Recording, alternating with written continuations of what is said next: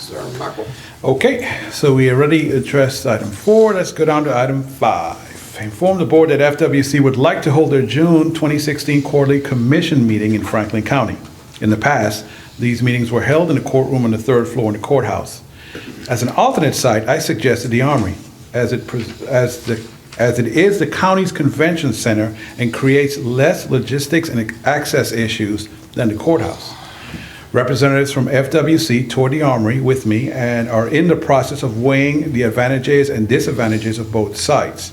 In the meantime, I informed court administration of FWC's request to use the 3rd floor courtroom. On Friday, Bill Wills, the trial court marshal, came to Franklin County to look at the Armory as an alternate site for trials as part of his emergency plan and to look at what accommodations would be needed in the 3rd floor courtroom if FWC decided to have their meeting there. Mr. Wills congratulated the county for its work and investment in the Armory, as it will serve as more than a satisfactory location for any major trials or courtroom activities if the situation ever arises.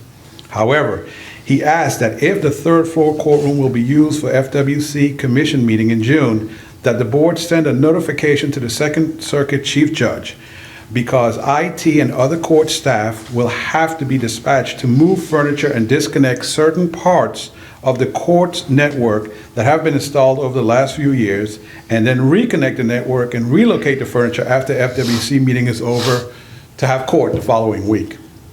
A couple of additional items I didn't include in my narrative here. There's also a vendor contractor to install the sound system up there. He's out of Alabama. He'll have to come down also to disconnect the sound system that's in the court. It's tied into the court reporting and Tallahassee.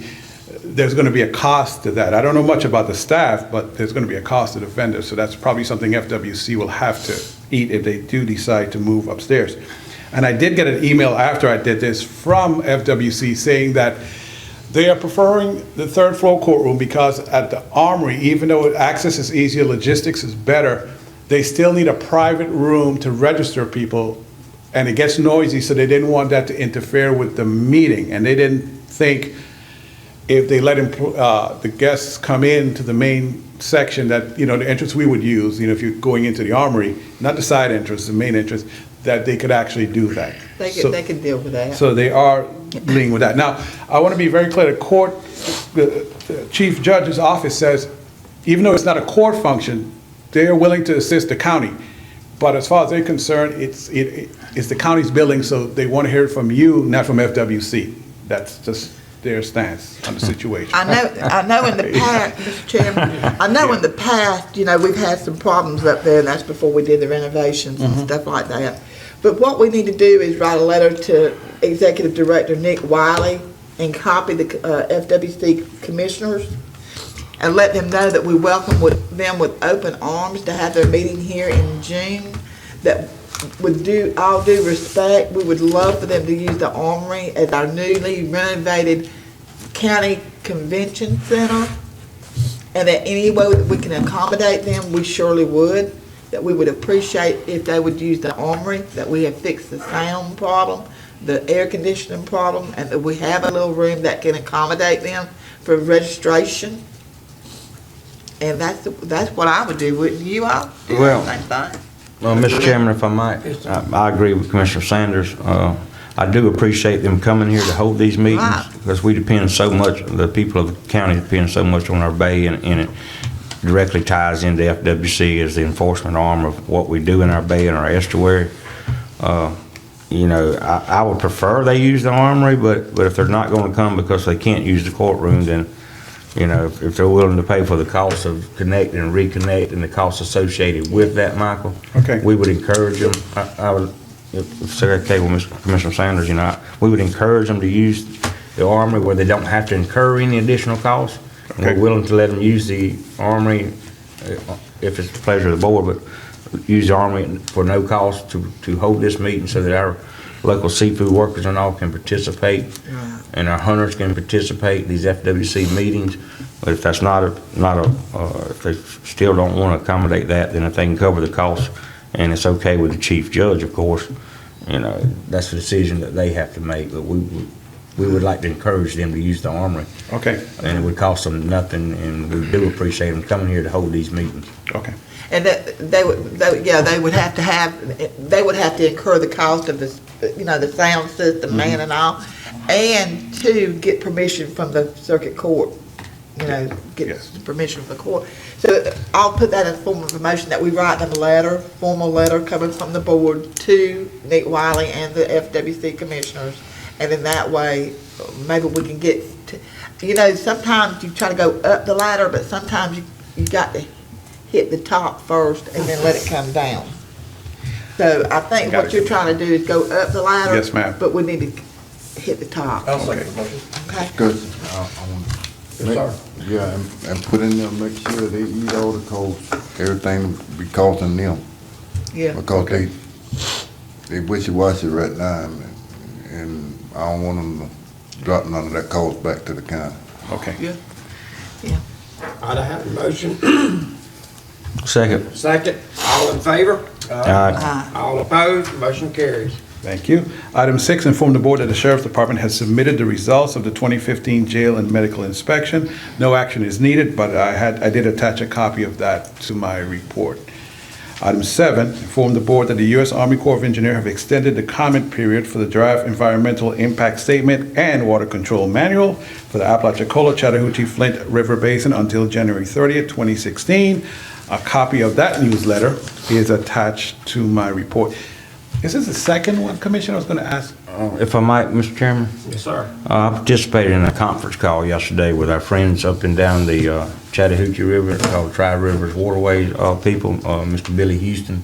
Yeah. I'm sure some of the commissioners remember him. He's been here before. Yeah. And they went through the 2,200-page document, the EIS Environmental Impact Statement and the Water Control Manual that the Corps just submitted, and they hired a consultant to go through that 2,200-page document. And they've come up with some different things that they're going to submit as far as comments. I know the board here, we all voted to write a letter and have that delivered over to East Point when they had the meeting over there a month or so ago. But I was contacted by Mr. Billy Houston, along with the city of Apalachicola, Mr. George Floyd out in the audience. He was contacted. That they thought we could come up with a resolution to further, just to make another statement on how we feel about the water control manual and some of the things involved in that. And what we did was we come up with a resolution. We decided to do a resolution on behalf of the people in Apalachicola Bay and our ecosystem and our biosphere here and our estuary. And what I would want to do today, I think, Mr. Schuler, you have a copy of the resolution. It's a draft copy. It's a draft resolution. It comes from an email received from the city attorney for the city of Apalachicola. I glanced through it this morning. I really haven't had a chance to read it, but this is a draft of what I think you're talking about. Yeah, and this just gives you an idea that there's some, with the pleasure of the board, I would like to get with the attorney and do some wordsmithing on it. If you'll notice, that particular resolution is done for the city of Apalachicola. Of course, ours would come from the Board of County Commissioners. It just gives you an idea of some of the whereases contained in the resolution. And I would like to actually go and get with the county attorney and do a similar resolution on behalf of Franklin County and the people in our bay and our estuary here. And we thought that would be, they extended the comment period, was supposed to end on January the 15th. They extended that for 2 more weeks. Yeah. So we have a little time to add a little something extra besides the letter that we sent to East Point to give to the Corps of Engineers. I'd like to pass a resolution. As you can see, the resolution here refers to snagging and the flows of coming down the river and how they affect Apalachicola Bay and our oyster industry. It also refers to the 10% of the oysters that we harvest here for the whole entire country, and a lot of other little things in there, and with some collaboration with the county attorney and doing a little wordsmithing and, changing from the city of Appalachia to Franklin County. And then I would email this out, or have the attorney email this out to the rest of the riparian counties up and down the river, which is Liberty County, Gulf County, Gadsden County. And then they could take our resolution maybe and do some wordsmithing of their own and have all these riparian counties up and down the Apalachicola River submit these resolutions to the official comment period. and have the Corps, just another way of trying to get the Corps to understand why we need more river flows down the Apalachicola River, for navigational as well as the benefits of those navigational waters that end up in Apalachicola Bay, and thereby bringing us more flows down the Apalachicola River to help sustain our bay and our seafood industry here in Franklin County. So, any comments from the board on that? Or how do y'all feel about it? Yeah. I know. Sounds good with me, 'cause Yeah. we need to go over it. I think it needs to be done like we did the fracking resolution, you know, where you work with the county attorney and do that. It's making you more versed in it than any of us sitting up here. So I'll make that motion that we direct Commissioner Parrish to work with the county attorney to do a resolution that we can be sent up to the riparian stakeholders all along the Apalachicola River on our end of it and get approval for. I don't see no reason why it has to come back to the board. Well, that's what I was gonna ask, that we receive authorization I've got for the time. chairman to sign We the don't have time. resolution once we get it done. Yeah. because we won't have another board meeting before the That's 30th. right. So, Yes, along with we the can do it. motion, And if go we ahead. could include having the chairman Right. sign this Yeah. document once the county attorney gets through with it. And that's what part of my motion will be, to include that we authorize whatever the attorney and Commissioner Parrish comes up with, we authorize the chairman to sign this because of the time factor in it, and that's my motion. All right, have a motion, second. All in favor? Aye. All opposed? Motion carries. Real quickly, one more thing, Mr. Chairman. George, did you want to come forward and say anything on this issue, or did I do a pretty good job of explaining that? He was on the conference call also, along with the city attorney, Pat Floyd, was on the conference call. Thank you, Commissioner Parrish. Probably one of the biggest concerns of all the stakeholders, Georgia, Alabama, and Florida, is the plan in this water management document to eliminate navigational maintenance of the Apalachicola Chattahoochee Flint River system, which directly translates into elimination of the freshwater flows during periods of drought that come into Apalachicola Bay, and also a future source of commerce. As we know, in the 1800s, the Apalachicola River was the source of economic opportunity, and in changing economic times, we've all heard about Viking cruise lines in the European and South American rivers, and you know, we have this paddle wheel project still underway that will arrive here one day. That I think it may be a new form of economic diversification that would help bring about increased resiliency in our economy. So, thank you, and thank you for Thank you, that George. vote of support. George? Final item, Commissioners, it's informed the board that the Florida Housing has acknowledged and have received and accepted, say that again, Florida Housing has acknowledged that they have received and accepted the county's response to the Ship Compliance Monitoring Review Report. Copies of the acknowledgement letter and compliance review report are attached to my report for your review. And one thing I didn't put in my report, there's a bill, and I got a lot of emails from Chris Doolin. I'm going to get a packet together for you guys and send it to you, that it's related to certificates of public convenience and necessity for life support for air ambulances and services. Apparently it's affecting small counties in some way, and there's a series of emails and amendments, things that he wants. I'm going to send that to you guys, so there's some information in case we need to discuss it at the next regular meeting. So I'm going to get all his emails together as one PDF and send it to you guys, okay? And that's my I report. got one thing. On this bars plant in Smoky they doing out here in the bay, is nobody from Franklin County even got the permits, to plant it, or got, I think Tommy long time ago done it, didn't he? And we do it every year. I mean, but for the state. He did do some work for the state, yes. Has he done any in a while? No. Well, the ones from Texas has got it. They've got it the last 4 years in a row. And I think I'd like to write a letter for, to stop that and let the Oysters have it. Because they've hauled it for the last 4 years and hauled it off to Texas, the money. So you're asking for the Department of Agriculture to show special preference to With the people. Oysters instead of the bars plant because, I mean, the Oysters hadn't, they about out of money. And Yeah. the company come here from Texas has got it, and they are not spending nothing here, they planting it in the wrong place. They put it Well, in and I saw something this morning, William, that upset me, and it was the material that they're using is like that. It's like that, y'all. It's as big as your fist. It looks like a rock or something. Some kind, what is it, Smokey?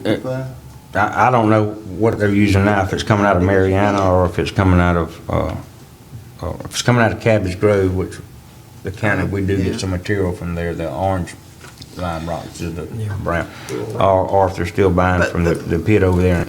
A lot of the, getting back to what you're saying though, William, a lot of the barge planting is mandated that it be barge planted, through the NERDA. That was some things they had to negotiate with Big P. That was early restoration, projects, that required that it be barge planted. And their idea behind that, BP's idea behind it was you can do so much more, so much faster, and thereby the cost benefit analysis of that. When it comes down to supplementing the oystermen when they're having a hard time making a living, as I understand it, I wasn't at these meetings, but what I've been told is BP's stance was, well, we paid the individual claims of the oystermen. Now, if we want to restore the bay, then we want to use the most cost-effective way of doing that. And you can move so much more material on a barge than you can by an oyster boat.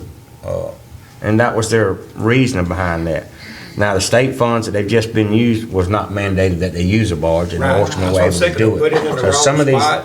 yeah, well, that goes to allowing these people to come in, as you stated, the barge members from Texas or wherever they know nothing about our bay.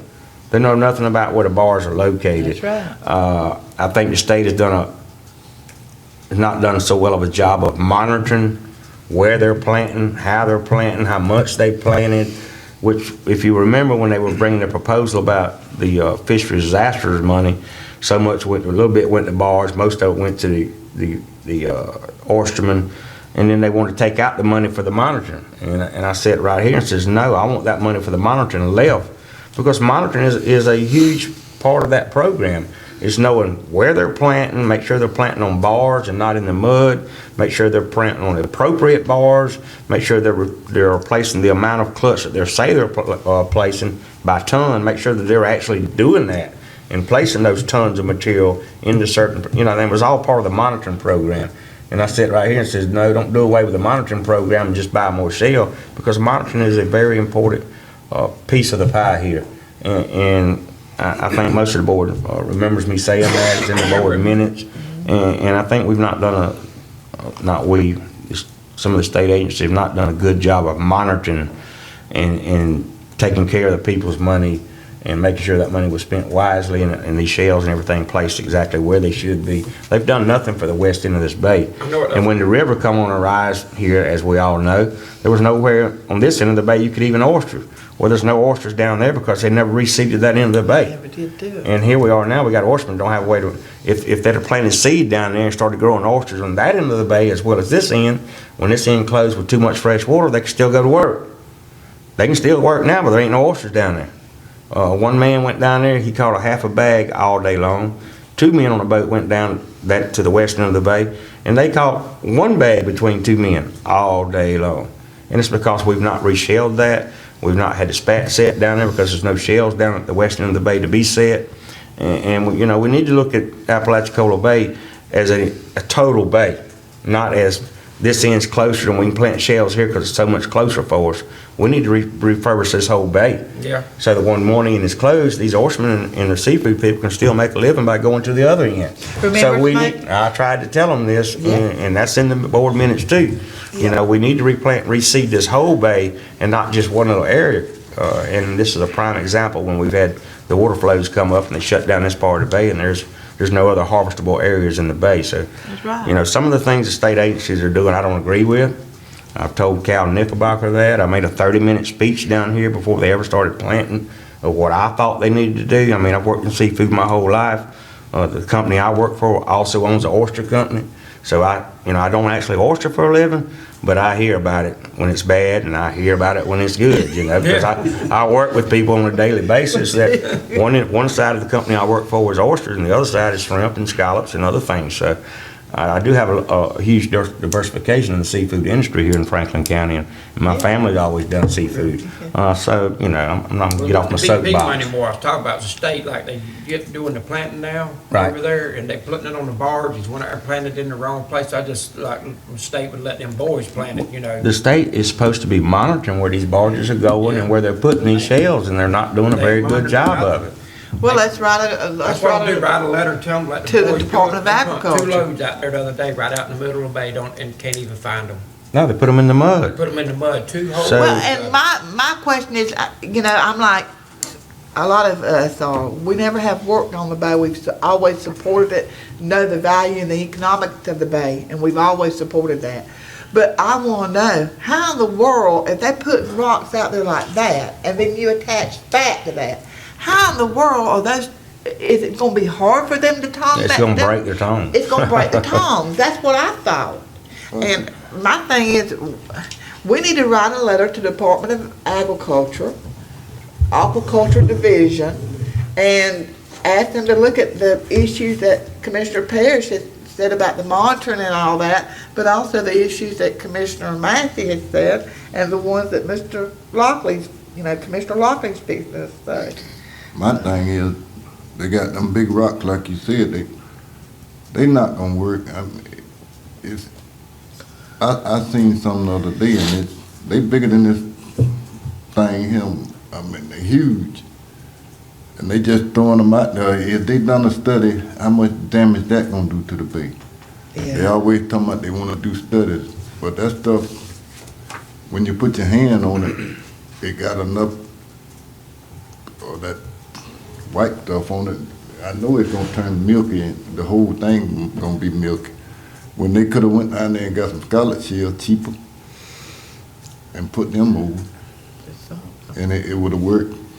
I know that worked before, but it would've been cheaper. They could've been loaded them in, brought them in and out, but they doing the buddy system now, and it's damage. They doing more damage than I believe than what is helping, because like Smokey said, I asked it, and up until January, everybody worked on this west end of the bay. And then they'll go back to East Point, in January, February, March. But now they ain't got nothing to work to. It's just like the flow down there. Nothing, no shells or nothing. They haven't done putting anything back. Yeah, they said clean down there, dry bar, Yeah. cabbage top. And Commissioner, I remind you, on the administrative side, Kim Bodine with Workforce and Career, so it's that extra money that they had, it just sat there for months almost, because the state agencies were fighting. They're trying to nickel and dime her to death just to get the oystermen to take That's the what I'm shells saying, that's out. what the issue I got, they So couldn't it's- give it to these guys out of Texas to plant these barges. They planted all these oysters, put them in the wrong place. These oyster boats could put them in the right places. And, I mean, they could have given the money to the oyster boats to plant, and instead of getting it to the barge. I'll tell you what Cameron told me. There are people in the state agencies that they think that we pay too much money to the oystermen to go out there. Absolutely. I'm going to be honest with you guys. I mean, it's basically, that's what it came down to. And I know they say that, but let them come down here and try to make a living. They're drawing $150,000 a paycheck. They ain't Right. trying to live on $40, $50. Right. Take their job away from them, see how they feel. I understand. Well, you know, I agree that- with you. We're gonna get into some discussion right here, because this Yeah, I'm this gonna be got aggravates mad with me. that, No, we're gonna discuss it. Yeah. But one thing that concerns me is that our state agencies is hiring too many educated people and not looking at the institutional knowledge that these people have. Like Smokey, worked on the bay, worked around the bay all the life. Why not come and ask them questions and get information? That's why we had that SMART committee, to get the information, to get the institutional knowledge. It's just like the other day, I was out there in the woods, just to show you an example. This has nothing to do with oyster, but it has to do with the Department of Agriculture, Division of Forestry. I'm sitting out there, and this man comes out there to count trees in this block. And he said, I'm going out there to count trees. I said, well, that block has been burned out, and there's not but about 10 of them trees that you're looking for out there, and that's all there is. I said, why don't you go south where there's block after block after block of those? No, I want to count these right here. And I said, well, they're juniper trees. Oh, no, ma'am, they're Atlantic cypress trees. I said, no, sir, they're juniper trees. Why do you think this is called Juniper Creek? Juniper tree called Juniper Creek. That's what I'm saying, y'all. They're not thinking that us local folk, all of us local folk, has the institutional knowledge that could help that bay if they just take the time to listen to us. And one day, and this is sad, all this institutional knowledge that's in this county is gonna be gone. And then what you gonna have?